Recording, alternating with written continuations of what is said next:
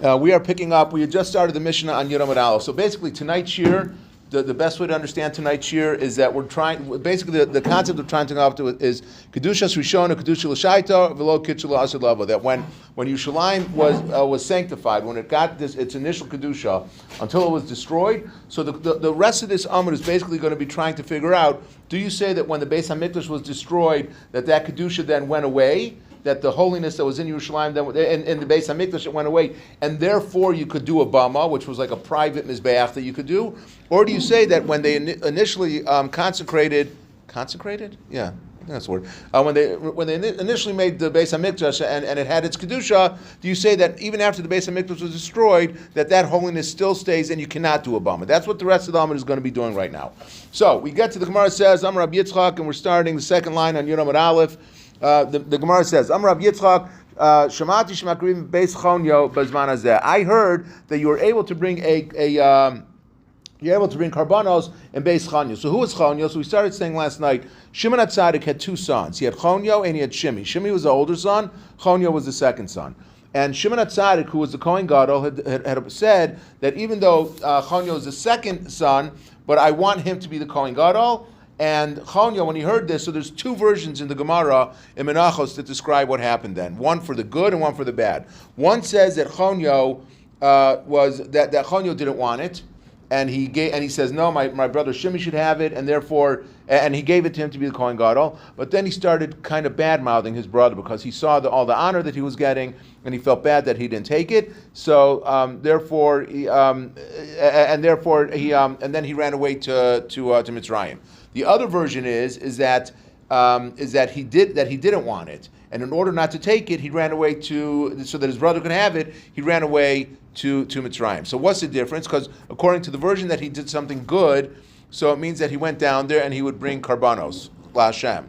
According to the version that he did something bad, he was bringing karbanos for avodah zarah. So Rabbi Yitzchak says, with that introduction, Rabbi Yitzchak says, Shemati shemakrim beis chonyo b'zman hazeh. I've heard that you're able to bring karbanos nowadays in Beis Chonyo. That you're able to bring it even now that the Beis Hamikdash has been destroyed. So what do you see from there? The Gemara is going to say there's two things that you learn from the fact that he said that you could bring karbanos in Beis Chonyo. Because Beis Chonyo lav Beis Avodah Zarah. He first of all he holds that Rabbi Yitzchak holds that it's not a house of Avodah Zarah, because if it was, there's no way you could bring karbanos.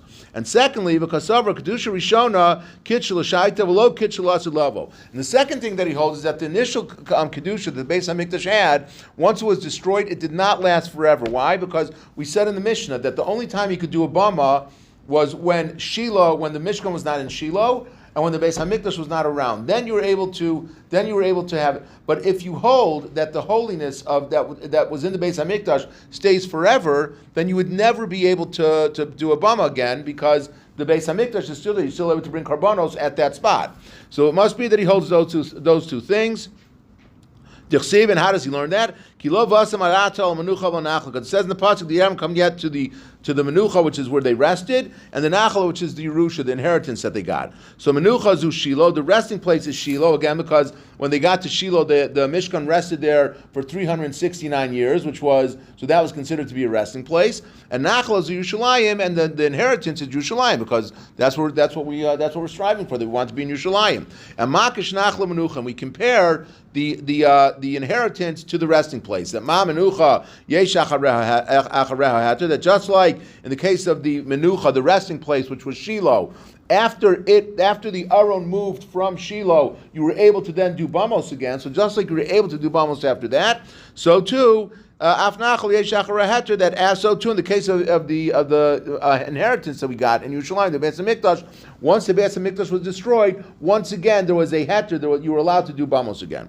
So Amrulei Amarta. So they said to Rabbi Yitzchak, when they heard this, he said to Rabbi Yitzchak, "Did you really say that?" Amar Lehulo. He said, "Nope, I never said that."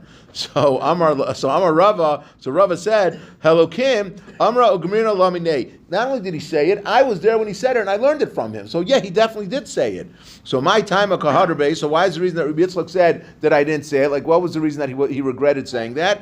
So Mishum the Kash Kasha de Rav Mari, because of the question that was Rav Mari, the most of Rav Mari, it says in the mission that we just did, Kedusha Shiloh yesh achara heter, Kedusha Yerushalayim en achara heter. But that for the Kedusha of Shiloh, after it moved from Shiloh, there was a heter, you were able to do the bamos, and after Yerushalayim, when the Beis Hamikdash after the Beis Hamikdash was built, then you were not allowed to do bamos anymore. So since that shows, the Mishnah says beferish that you're not able to have a heter after the Beis Hamikdash was built, so that's why he retracted his statement.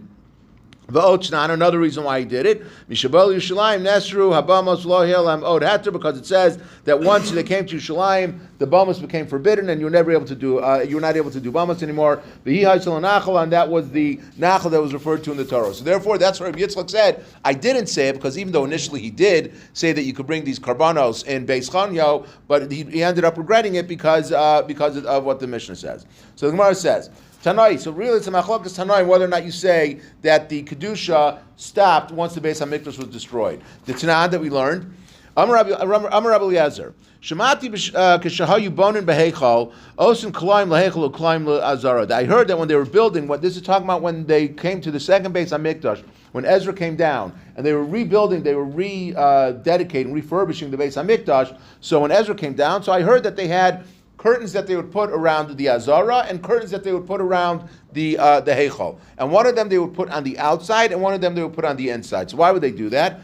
For the Heichal, they would build it outside, and on the Azara they would build it on the inside. What does that mean? Because in the Azara they were able to stand there. They were able to stand in the Azara. Where couldn't they stand? They couldn't stand in the Heichal, which the Gemara is going to prove from here. It must mean that the Kedusha is still there. But they could not stand in the Heichal, so therefore they built the curtains on the inside of where the walls were, so they would stand outside those curtains in order to build the Heichal, and they would stand inside the curtains in order to build the Azara because they were able to move around in that area. Ochlan kachi kachim alpha pisha kalayim, and they would eat kachi kachim, again talking about in the place of where the Beis Hamikdash was, even though they didn't have the curtains up. Kachim kalam and meiser sheni alpha pisha chom, and they would eat kachim kalam and meiser sheni, even though the walls were not there. Why? Mipnei shekadusha rishona kitchel sha'ita v'kitchel atzilava, because the kedusha that first came on when they built the Beis Hamikdash was good for that time, and it stayed forever. So therefore, even though the Beis Hamikdash was destroyed, and now they were coming back, but the Kedusha was still there. So in the place of the Beis Hamikdash, in theory, they could still bring karbanos, and in the place of the Azara, they could still eat kachim kalim. So Michlal, so what do we see from here? Rebbe Lezer Savar, lo kitchelas lava, that Rebbe Lezer, who holds that the curtains were hung there, he holds that why they have to hang the curtains there? Because they had to consecrate. Consecrate, is that the right word? Consecrate. Okay. They had to Mekadesh. They had to once again instill holiness into that area. If he says that they had to reinstill holiness into that area, it's because he holds that the Kedusha left. Because if you hold that the Kedusha stayed, you never would have had to put the curtains back up again because it was all good. So you see that he holds that they have to be held in order to get the kedusha again. So how do you know that? Dilma de kuliyama kedusha kitcha rishona kitcha l'shaita v'kitcha l'asulavo. Maybe really he holds that when the kedusha came from the Beis Hamikdash, it stayed forever. Umar mashma deshami lekamar, and he was just saying what he heard. Umar mai deshmi lekamar, and Rabbi Yoshua was also saying what he heard. So if you're going to say that the kedusha was there, why do you have to hang the curtains? The kedusha, it didn't need to be it didn't have to be consecrated again. So he said, "Let's use it was just because it's not appropriate that when they're doing all the work that had to be done inside the Beis Hamikdash, like there's this concept of having it's sneer, so not everyone's going to be peering in and taking a look at what was happening. But they didn't do it for the purpose of reconnecting kedusha. They were doing it just because they wanted to be that it should be tznius. So you can't tell one way or the other whether or not what he holds with that. So the Gemara is going to prove it from a different place now. So before we do this, we just have to remember that there's three reasons that they would have a choma that we talked about, and why it's important to know if something was a walled or not. One is because we had to know whether or not they would lay in the Megillah on the 14th or the 15th. One is that we learned if a Mitzorah, that a Mitzorah has to leave the walled city. And the third one was that, but thank you very much. So, which is what I was going to talk about now, that the halacha is, when someone sells a house, if it's not in a walled city, so then after 50 years it reverts back to the original owner, and you have you have forever to renege on the sale. You're able to come back. You're able to retract on it. But if you're inside a Bata Erechoma, if you're inside a walled city, you only have 12 months to be able to take back the sale after 12 months. Because if not, they said that it's not good to have, like, usually those were fortified cities, and it's not good to have fortified cities that have people that are coming and going. So therefore, you had 12 months to either say that the sale's good, and if not, then you lost the house forever. So with that in mind, like these Tanaim. The Tanya Rabbi Shmuel Rabbi Yossi. Lama Manu Chacham Meselu. Why did the Chacham say they named 6 cities that they pointed out when they were coming back to Yerushalayim? There were 6 cities that they named out that they said were around from the times of Yoshua ben Nun. So that when the Bnei Gola, again, when Ezra was coming back, so they found these cities and they were mekadosh them again in order to these walls, so that people know that they were walled cities. But the original cities, the original walled cities, once Yerushalayim was destroyed and everyone and the Bnei Yisrael were exiled, so those cities no longer had the status of walled cities anymore, and that's why they came back and they took these 6 cities and they were makdish them again. That they wanted to make sure that people knew that they were walled cities from the time of Yoshua. So the Gemara says, Alma Kasavar. Kedush Rishona Kitchel Shaita below Kitchel level. The fact that they had to go back now and add the Kedusha again to these cities again to say that they're from the times of Yeshua shows that they hold that the Kedusha did not last from the very beginning of time, because once the Beis Hamikdash was destroyed, then if the Kedusha would have stayed, they wouldn't have had to do anything, because the Kedusha would have still stayed there. So the Gemara says, Raminhu, Rabbi Shmuel, Rabbi Yossi, were the only these cities, or only these 6 cities that we're talking about, that were still considered to be that can be walled cities. It says in the pasuk, Shishim Ir Kol Chevel Argo, that there were 60 cities that Moshe and the Bnei Yisrael conquered when they were going into Eretz Yisrael. And it says that all of them were fortified cities. So you see that many of them were walled cities from the time of Yeshua ben Nun, and they didn't have to do anything. So why did they do it? So why did they come back and point out these cities? Because when they came back, they saw these 6 cities and they wanted to be mekadosh them. So Gemara says again, not mekadosh them, but to instill the holiness in them. So Gemara says, Kitsham, turning now to Yodam Abayz. We're going to go to the 2 dots about 8 lines down. Are you going to say that they re-sanctified them now? Ha'amri lo tzrich l'kedusha, but you just said that you don't have to be makdish, that you don't have to be makdish them again. So Gemara says, Elamatzu aselu umanum, that they found these cities. And not that they re-sanctified them. They found these cities so that people would know what the city was. Like everyone was coming back. It's not like they had people that were staying behind that were embedded in the behind the enemy lines when this happened. Bnei Yisrael were exiled. They were coming back now. No one knew what these areas were. So therefore they were pointing out to people, what is this city that you're looking at now? This is a city that was walled from the time of Yeshua ben Nun. Other cities they knew already, but these they weren't sure about them. And that's what the Gemara says. And not only were these cities the ones that they were sanctifying, if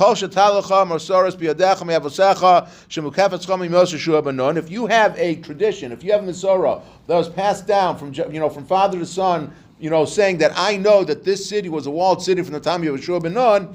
So kol mitzvah salalu noagim. So all the mitzvahs that pertain to being in a walled city, again, the mitzvah having to leave, the bata erechoma, or the reading on the 15th. All those apply to that city. Because again, as we're saying, that the Kedusha stayed from the very beginning of time, so therefore also the walled cities of Yoshua from the very beginning of that Yoshua had them, and the Kedusha never left. So Kashi Rabbi Shmuel. So now we have a question, Rabbi Shmuel, because in the first brisa he said that the Kedusha goes off, and here he's saying that it stays, what we just said. Gemara says there's 2 answers. Trei Tanaya Liba Rabbi Shmuel Rabbi Yossi. The first one is that the Gemara, a lot of times the Gemara kind of says this to get out of a problem. There were 2 Tanaim who learned it. One heard it one way, one heard it the other way. And the other answer is V'Ibay Seima Karbalazib Rabbi Yossi Amr. It's not Rabbi Shmuel Rabbi Yossi. It was his brother that said it, and he's the one that said that. And how do we see that? The Tanya, because we learned Rabbi Lazar Rabbi Yossi Amr. He says in another place Asher Lo Cham. It says again talking about the Bata Erichoma that it has a wall. And again, Lo is not with an aleph. It's Kri with the vav, meaning that even though it's written with an aleph, it's read as if it had a vav. That meaning that it has a wall. That tells you Afal Pi Shein Lo Ashav V'Haylo Kodem Achein. That even though that it didn't have now, but it did have before, because the Kedusha never ceased. ceases. So that's the way that we answer it up. And just halach l'maisa, the Rambam holds that that nowadays, and this is when he was writing it then, that you could that in theory you could bring a carbon in the place of the Beis Hamikdash, and for that reason, I heard that there are briskers who are careful to leave Yerushalayim before the 14th of Nisan, because if they don't leave, then in theory they're obligated to bring a carbon Pesach on the Makom. You could go up there, if not for political reasons, you could go up to the Makom HaMikdash right now. And even now, there are people who go up there. You have to be careful how you're going, but you can't go to the actual place, because even if you go to the mikveh beforehand, but we don't have a para aduma to take the tum off of us. So in theory, so there are briskers who leave Yerushalayim so that they're not there over Pesach, because if not, then in theory they could be obligated. They hold there's a chorma that they could be obligated to bring it. Okay, tomorrow night we will be starting